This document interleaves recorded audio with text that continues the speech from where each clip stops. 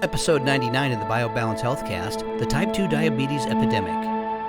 BioBalance Healthcast features conversations about positive aging, covering treatment and solutions that include bioidentical hormone pellet therapy, safe and affordable skin rejuvenation, and spa-quality botanical skincare. Your hosts are Dr. Kathy Maupin, Medical Director of BioBalance Health and a leading expert in treating symptoms of aging, and Brett Newcomb, a licensed professional counselor. There is an epidemic in this country that's affecting people 40 and over that has to be looked at and has to be talked about because it's deadly, it's destructive. And the epidemic is diabetes, type 2 diabetes. And part of why we think this epidemic has hit us so much is because we spent 30 years teaching people in school to follow the food pyramid, right, which was heavily focused on carb ingestion. And grains, not eat those grains, not eat carbs those carbs. from vegetables, but carbs from grains. Right. And so people have spent a lifetime eating that diet, and they've gotten to the point where their bodies have begun to change, and the pancreas is beginning to burn out. Right. And it's not being able to produce insulin, and they're not able to ingest the sugars in a consistent, balanced flow. And so today we're going to talk about the diabetic process, where it comes from, how you treat it, how you predict it, how you avoid it. You know, what are the things that people need to know? This is actually starting even before we turn 40, but what happens at 40 is women lose their testosterone at 40, and the whole process gets worse and it accelerates. So we're seeing children who have type 2 diabetes because they're fat. Yes. I mean, obese, not just fat, like over a 30 BMI as a child. And I think this is partially because our gym classes went away. Yeah. You know, I mean, when we were, you know, most of the people who are younger are listening to this and they're going, gym class, what's that? You know, we were always required to do gym and calisthenics, and even as little kids, we had to compete. My son's a senior in high school. He's taking his PE credit in an online course from Mizzou. I mean, really? Yeah. Well, Now, my son is extremely active, I know. extremely skinny. He goes fencing 3 times a week. He's all muscle. He's very physically involved, but his schedule just didn't fit at school to work in that class. Yeah, but for most people, I mean, my daughter went to a school that was private. She started at public, but at private, and they had required, it was great. You had to be in a required sport. Now that was great for about 99% of the population, but then for the rest of the kids that were artistic or had other endeavors they wanted to be involved in, they've made exceptions for that and put them into like training in the gym for a while, and then they could go do whatever. But it is good to have every human being out there walking, exercising, running, doing things that they enjoy, like what we discussed with pick your sport, basically. So we've taken that away from public schooling. We've not required that in public schools, and I think that's a huge shame. And we've followed the wrong food plan, even in our school lunches, for all of these years, where all of us have gotten bigger and bigger.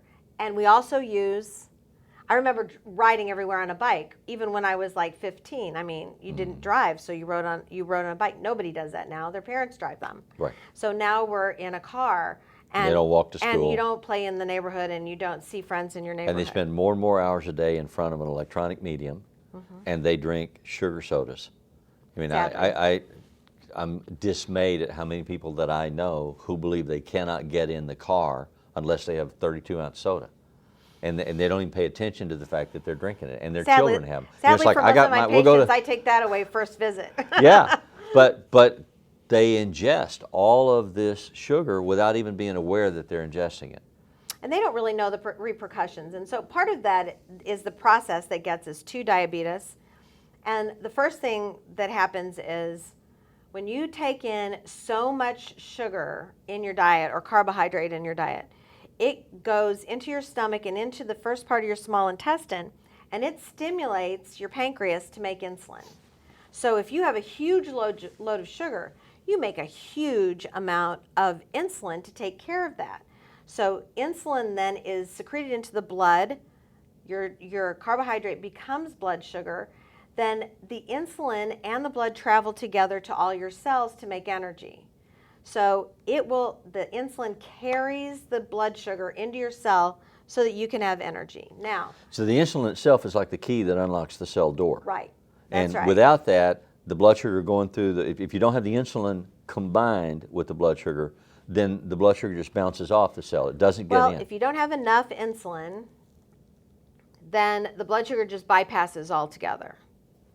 So, like if you have diabetes and you have no insulin, then you need to have insulin to stay alive so that your cells don't all die and that you don't have all the diseases. Now, what Brett's describing is after years of having too much sugar and too much carbohydrate that's been wearing out your pancreas, basically, and you've been getting bigger, so it's been having to provide more blood sugar to support a bigger body. Then what happens is the insulin and the blood sugar, just like you said, go to the cell and they bounce off. You become insensitive to all this insulin. Your body's gone up and down and up and down, and most of the people that come to see me in that first stage where you're eating too many carbs and your insulin starts overreacting to all foods. It goes way up and then way down. Then you feel tired when it goes down, so you eat something else with sugar, way up, way down.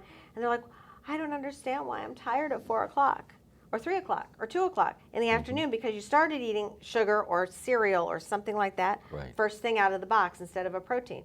So you overstimulated your pancreas. So now we get to, you've done this for years and years. Your pancreas is having trouble keeping up with the fat that you've gained, because it has to bring energy and blood sugar to the fat as well, and you become insensitive to the insulin. When you're insensitive, you make more and more insulin, believe it or not. Because the body, it's an emergency overdrive. It's trying to make enough because the cells are screaming for food, for energy, but the glucose, the blood sugar, can't get into the cell. Right. Because you're insulin insensitive. And so your organs start being damaged because of this. It's kind of like you go to work today and somebody comes to your house and changes all the locks. and you get home and you're trying to get in the house and you can't get in the house. So what happens when your insulin is there but doesn't get into the cell and your blood sugar's up? Your body takes it, has to go somewhere. Well, it takes it and makes fat. So if you're insulin resistant and you eat a normal meal, then you still make too much insulin and it can't get into the cell with the sugar, so you're tired, and then it goes and makes more fat. It's this positive feedback.